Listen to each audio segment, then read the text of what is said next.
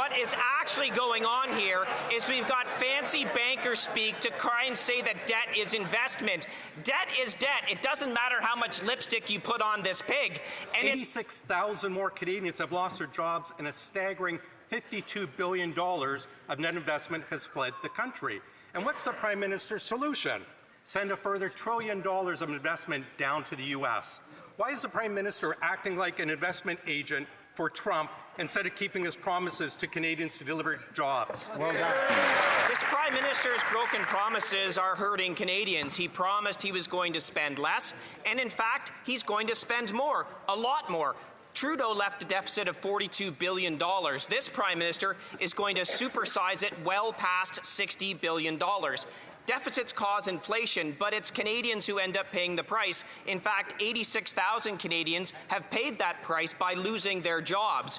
When will this Prime Minister stop his reckless spending? When? The Honourable Secretary of State for Financial Institutions. Mr. Speaker, you can't make this up. This coming from a leader who's never had a job outside of this House and who couldn't even negotiate with the members of Carleton to keep his seat. The world has changed, and we're going to change how we budget, Mr. Speaker. On November 4th, we're going to come forth with a disciplined budget that's going to build. We're going to build. We're going to invest in Canada. I ask the leader opposite to negotiate his way to finding a way to support us. Thank you, Mr. Speaker. The Honourable Member for Dufferin-Caledon. That's just an incredible example of 35 seconds of saying absolutely nothing. What is actually going on here is we've got fancy bankers speak to try and say that debt is investment. Debt is debt. It doesn't matter how much lipstick you put on this pig. And it's Canadians who pay the price of this reckless debt spending. Canada has the second highest unemployment in the G7. 86,000 Canadians just lost their job. And all this guy can do is think it's time to sell jokes at Yuck Yucks. When will this Prime Minister realize his reckless spending is actually hurting Canadians? The Honourable Secretary of State for Financial Institutions. Mr. Speaker, I don't know where the member opposite's been, but for the last 4 months, we've been crossing the country, listening to Canadians, getting feedback from Canadians. Mr. Speaker, on November 4th, we will table a disciplined budget that will spend less and invest more in Canada. We will build Canada's economy. We will become the strongest, most resilient economy in the G7. I ask the Conservative Party to cut the rhetoric, get on board. Thank you, Mr. Speaker. The Honourable Member for Edmonton West. The Prime Minister has broken his promise to Canadians. He promised the strongest economy in the G7, but instead delivered the fastest shrinking economy and the second highest unemployment rate. 86,000 more Canadians have lost their jobs, and a staggering $52 billion of net investment has fled the country. And what's the Prime Minister's solution? Send a further $1 trillion of investment down to the U.S. Why is the Prime Minister acting like an investment agent for Trump instead of keeping his promises to Canadians to deliver jobs? Well done. The Honourable Secretary of State for Financial Institutions. Mr. Speaker, the Conservative leader's been busy writing letters. We're busy cutting taxes. We've cut taxes for 22 million Canadians. We've cut the GST for first-time homebuyers. Interest rates are dropped. And, Mr. Speaker, we are going to build homes at a pace not seen since the Second World War. I ask the party opposite to get on board, stop fighting our initiatives, and support us. Thank you. The Honourable Member for Edmonton West. 10 years to deliver all that, and they've delivered nothing. Now, this Prime Minister's promised fiscal discipline, but instead is playing fiscal shell game with his, to hide his failures. He's broken his promise to deliver a declining debt-to-GDP ratio and has abandoned fiscal guardrails. Sure has. The accounting sleight of hand they're offering cannot hide the truth. A deficit of well over $60 billion. Canadians know that debt is debt and deficits drive inflation. How much higher is inflation going to go because of the Liberals' broken promises to rein in their out-of-control spending and deficits? The Honourable Secretary of State for Financial Institutions. Mr. Speaker, we consider elections job interviews.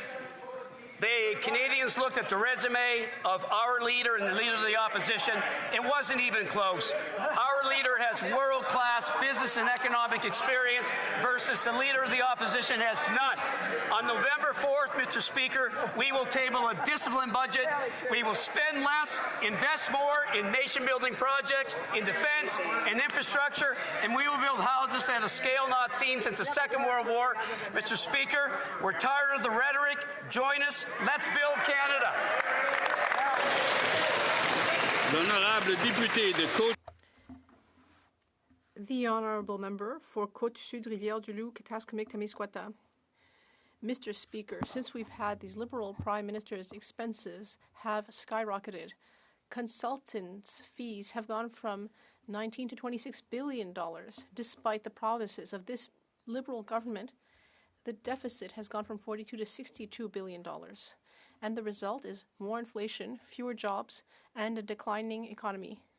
It's not surprising that people in my riding are not able to make ends meet. Does this government realize that their broken promises are costing Canadians? The Honourable Minister of Government Transformation. Thank you, Mr. Speaker. Well, what we've done since we came to power is that we've lowered taxes for 22 million Canadians in order to improve the middle-class purchasing power in Canada. We passed legislation to unite the Canadian economy. $250 billion contribution to GDP. It's not surprising that Canadians and Quebecers have chosen a serious leader with a serious and ambitious plan. Thank you, Mr. Speaker. This Prime Minister promised to create jobs in Canada, but since he became Prime Minister, we've lost 86,000 jobs. Promise broken. He promised to increase investment in Canada, but since he became Prime Minister, we lost $54 billion of investment to the United States. Promise broken. Yesterday, we all watched in shock as he promised another $1 trillion of Canadian investment money to the United States. I hope it is not the case that he plans to keep his promise to Donald Trump after breaking his promises to Canadians. How many jobs will it cost us if he does? The Honourable Minister of Jobs and Families. Well, Mr. Speaker, that member is new to this chamber, so maybe he doesn't know the record of the party that he sits with. But they voted consistently against the interests of Canadians. Not only that, Mr. Speaker, but they fought against Canadians' rights, whether it's labour rights, Mr. Speaker, whether it's the right to retire at a decent age, Mr. Speaker, whether it's the right to raise our children with the resources that we need, Mr. Speaker. These Conservatives have voted against Canadians, and that's why Canadians don't trust them, Mr. Speaker. On this side, they trust the Prime Minister to get this job done.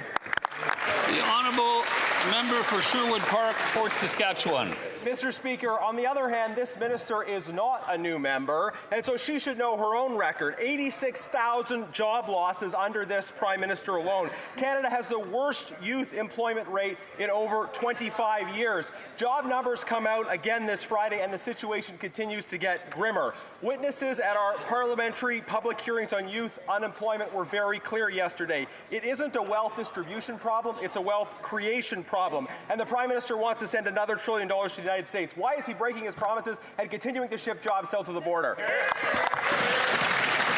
Honourable Minister of Jobs and Families. Mr. Speaker, well, youth would be disappointed to know that that member voted against their interests time and time again. Whether it was for skills training, Mr. Speaker, whether it was for Canada Summer Jobs, Mr. Speaker, whether it was in investments in research and innovation, Mr. Speaker, I sure hope that the nature of that question means he'll vote for this budget, Mr. Speaker, because we're going to invest in Canadians, and Canadians know that. L'Honorable Député. The Honourable Member for Richmond North Basca. Thank you, Mr. Speaker. How can the Liberals clap today? The Prime Minister admitted that this is a sad day. Let's look at all of these broken promises. The Prime Minister promised to create jobs, but what happened was that we lost 86,000, a failure. He promised to grow the economy, but instead we have the second highest unemployment rate in the G7, another failure. He promised to increase Canadian investment and protect our jobs, but the result is that we've lost $54 billion investment dollars that have fled Canada. When will the Prime Minister finally keep his promises? The Honourable Minister of Finance. Mr. Speaker, we have a lot of good news to share. My colleague must realize that this government, the very first thing we did, Mr. Speaker, is bringing a measure to help 22 million Canadians. I'm sure that in his own writing, my colleague told everyone, thanks to the Liberal government, 22 million Canadians won't have to pay as much in taxes. And on November 4th, we will announce a generational investment. Even more good news. Starting on November 4th, we will build a strong, prosperous country, a strong Canada together.